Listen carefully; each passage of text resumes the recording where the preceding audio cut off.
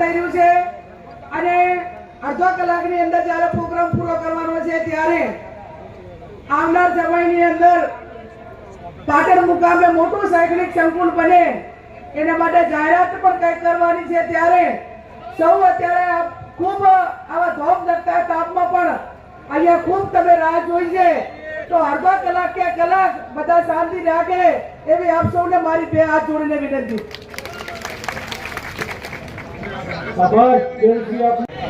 परम पूज्य दौलतराम बापू नोरता गाम તેઓનું પણ મોમેન્ટ આપી સન્માન કરશે।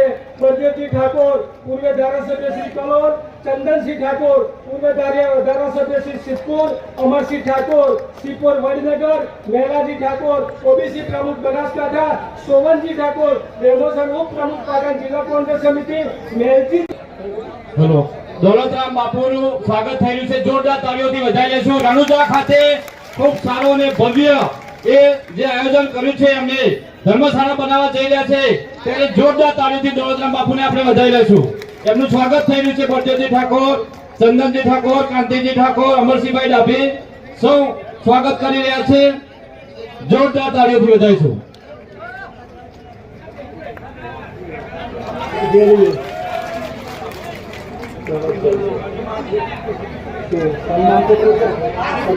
लोक नेता करके ज्ञानीबेन की पहचान बनासकांठा और गुजरात में पिछले सालों में हुई है।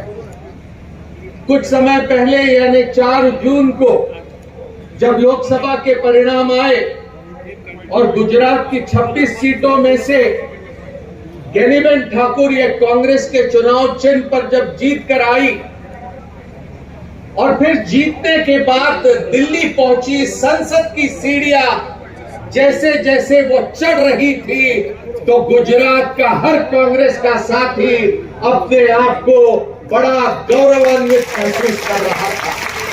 एक ऐसी नेता जो दिलेर है, एक ऐसी नेता जो किसी को डरेगी नहीं, एक ऐसी नेता जो समाज के दलित, पीड़ित, परेशान, गरीब के तरफ हाथ बढ़ाने का हमेशा काम करेगी।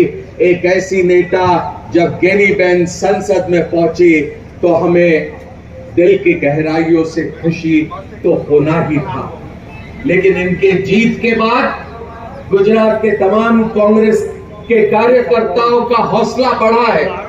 अगर बनासकांठा में 5 साल के भीतर 2019 से लेकर 2024 के बीच अगर कांग्रेस के साथी वहां पर 20% अपना वोट बढ़ाकर वहां पर जीत हासिल कर सकते हैं तो अब 2027 में गुजरात में कांग्रेस की सरकार बनाना है तो उसके लिए हम हर तरह का प्रयास करेंगे तो हमें कामयाबी मिलेगी। इस तरह का भरोसा तमाम कांग्रेस के साथियों को हुआ है।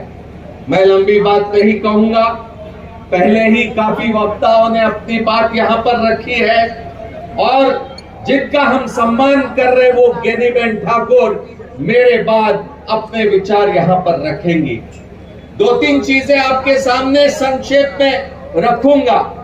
पहली बात, यहाँ चंदनजी ठाकुर एक प्रस्ताव लेकर आए और कह रहे थे कि 27% आरक्षण 54% लोगों के लिए यहाँ पर रखा गया और पिछले सालों में 127 अन्य जातियों को भी पिछड़ी जातियों में जोड़ दिया, लेकिन 27% आरक्षण ये 27% ही रहा है।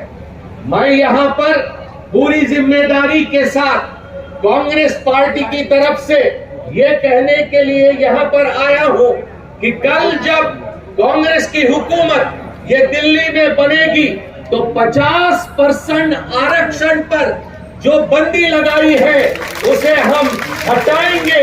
संसद में एक कानून लेकर आएंगे और जो गरीब है, पीड़ित है, शोषित है, परेशान है, जिसके आंखों में आंसू है, जिसके हाथों को सहारा नहीं, उनको रोजगार देने के लिए, उनको आर्थिक सहायता देने के लिए हम आरक्षण बढ़ाने का काम करेंगे।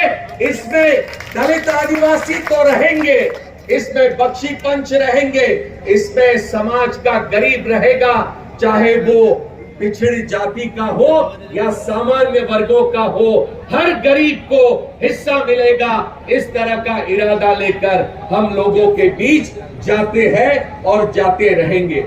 ये पिछले दिनों में जिस तरह का राहुल गांधी जी ने लोगों के सामने अपना विचार रखा कि जातिगत जनगणना करके हम समाज में किस तरह की परिस्थिति, कौन सा समाज किस हालत में है, इसको हम पूरी तरह से जानने की कोशिश करेंगे और जिसको जिस तरह की आवश्यकता होगी उसकी वो आवश्यकता पूरी करने का हम प्रयास करेंगे। जातिगत जनगणना ये हमारा एक संकल्प है। नरेंद्र मोदी इसे रोकने की कोशिश करते हैं, लेकिन मैं यहां पर कहूंगा कि नरेंद्र मोदी लाख कोशिश कर ले, जातिगत जनगणना को अब वो रोक नहीं पाएंगे। अब वो सिर्फ कांग्रेस की मांग नहीं है, अब वो पूरे मुल्क की मांग बनकर रही है। शक्ति सिंह गोहिल जी ने दाहोद में जो घटना 6 साल की बच्ची के साथ हुई उसका संदर्भ यहां पर दिया। एक राक्षस वहां पर 6 साल की बच्ची का बलात्कार करता है और उसका खून कर देता